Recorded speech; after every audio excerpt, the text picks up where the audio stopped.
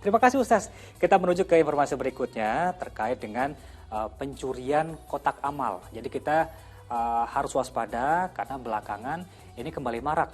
Di Duri Kosambi, Cengkareng, Jakarta Barat, aksi seorang pencuri yang menggasak 2 buah kotak amal terekam CCTV. Pelaku mengambil uang amal masjid senilai ratusan ribu rupiah.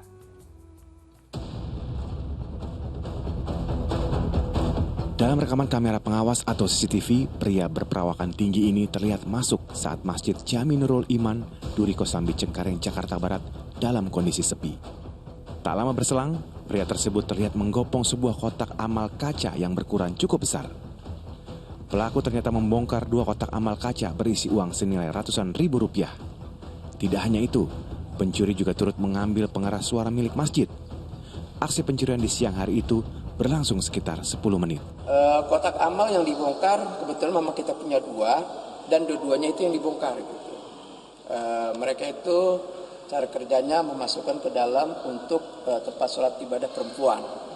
Yang memang sengaja kita sekat, kita tutup untuk kenyamanan para tamu perempuan atau memang yang lain untuk sholat ibadah di Masjid Jami Nurul Iman. Pencurian kotak amal di masjid tersebut bukan kali pertama terjadi. Pengurus masjid dan warga telah melaporkan kasus pencurian itu ke Polsek Cengkareng, Jakarta Barat. Triwibowo melaporkan dari Jakarta. Ya, miris Ustaz, karena ini bukan hanya uang yang diambil, bahkan pengeras suara juga ikut digondol oleh pelaku. Ini kan fitrah manusia Ustaz, kalau yang saya dengar ya, bahwa orang kalau sudah gelap mata kemudian dia bisa melakukan apapun. Misalnya karena lapar, begitu, karena kebutuhan mendasar. Lalu bagaimana Islam mengajarkan kita jika kondisi dalam keadaan terpuruk, mungkin karena himpitan ekonomi atau kelaparan, Ustaz? Begini ya, ini kan masalah tauhid, ini masalah keimanan. Kalau misalnya sesulit apapun orang, ketika dia yakin betul bahwa Allah Ar-Razzaq, Allah pemberi rezeki, insya Allah orang itu tidak mau ya dia mendapatkan sesuatu dari hal yang haram. Lebih baik mati dia daripada dia melakukan hal yang haram untuk melanjutkan kehidupannya, begitu. Jadi intinya yang namanya fa'idza faragta fansab atau bersungguh-sungguh dalam melakukan upaya itu, ya ketika kita dalam kesulitan dan lain-lain, bergeraklah kita. Fantasiru fil ard, bergeraklah, bertebaranlah kalian, kata Allah, untuk mencari rezeki Allah. Itu artinya apa? Artinya kita ketemu orang, cari kerjaan, apapun kita lihat yang penting halal gitu ya, bikin proposal, menawarkan diri, cuci mobil buat orang, apapun gitu. Nah itulah yang insya Allah membuka pintu langit dan menurunkan pertolongan Allah. Nah jadi jangan putus harap, ya, jangan kemudian mengambil jalan pintas dengan cara yang haram tadi. Kalau kita yang namanya nyuri, ya tentulah ya itu memang betul-betul sudah dilarang. Semua orang tahu mencuri itu tidak baik dan benar-benar melakukan kerusakan bagi dirinya dan orang-orang banyak. Apalagi mencuri di masjid yang uangnya itu untuk umat gitu. Jadi dananya dana sosial keumatan diambil sama dia di dalam masjid pula, seakan-akan dia menantang Allah gitu. Nah ini kan menantang azab gitu loh. Jadi ya Allah ya Rabb gitu ya. Kalau orang khilaf itu terus mencuri dan kemudian entah di mana gitu ya, ya bukan ditolerir sih, tapi masih kadarnya mungkin. Kalau ini mencuri di dalam masjid itu sama dengan menantang Allah, karena orang masuk ke masjid itu orang ingin mensucikan atau membersihkan diri, kata Allah. Ini datang masuk ke dalam masjid mencuri. Bayangkan azab apa yang dia inginkan gitu. Pilih saja dan kapan maunya kan gitu. Nah, segeralah bertobat. Mudah-mudahan yang mencuri ini menonton siaran ini, segeralah bertobat. Ya, kalau misalnya masih ada uangnya kembaliin, kalau nggak ada benar-benar mohon gugurkan dosanya, datang ke masjid bilang dan lain-lain. Itu betul taubat ya sama Allah. Salat taubat benar-benar. Mudah-mudahan bisa jadi ya setidaknya marbot lah di masjid atau apalah begitu ya. Setidaknya kita ini harus berjuang sampai titik darah penghabisan untuk berjuang dalam hal yang halal gitu. Insya Allah Allah Ar-Razzaq, Allah itu selalu mengurusi kita setiap detiknya, insya Allah. Baik, sebenarnya dimanapun lokasinya juga tidak dibenarkan Ustaz ya, meskipun di luar rumah ibadah.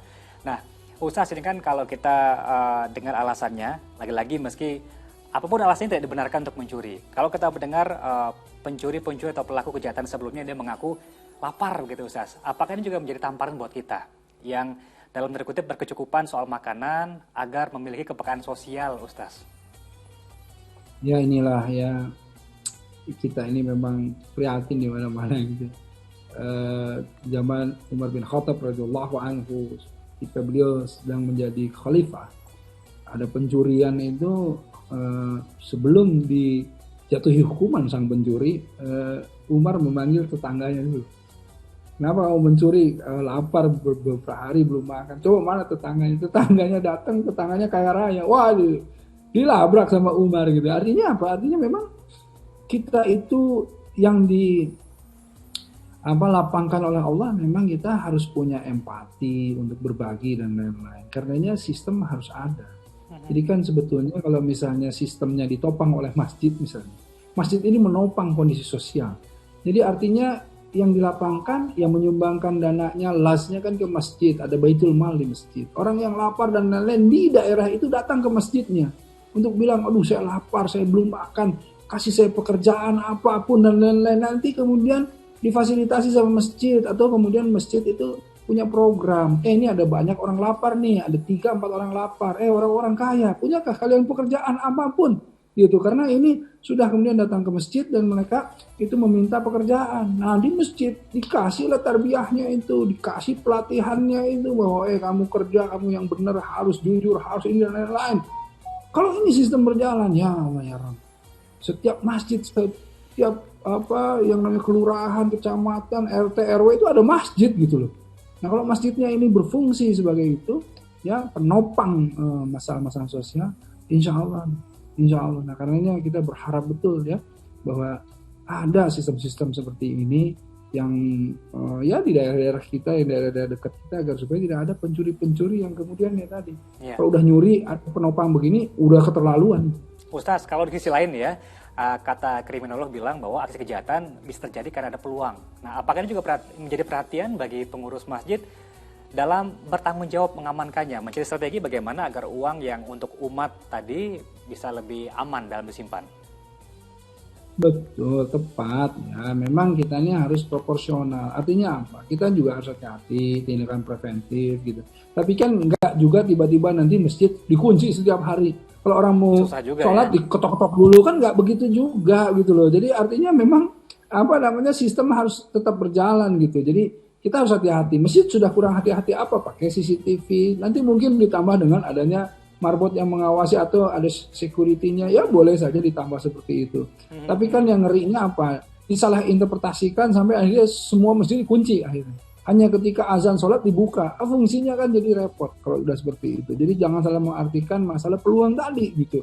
Memang ada kesempatan, ada peluang terjadi itu semuanya. Tapi tindakan preventifnya harus proporsional juga. Kira-kira harus diatur lah, kurang lebih begitu. Baik.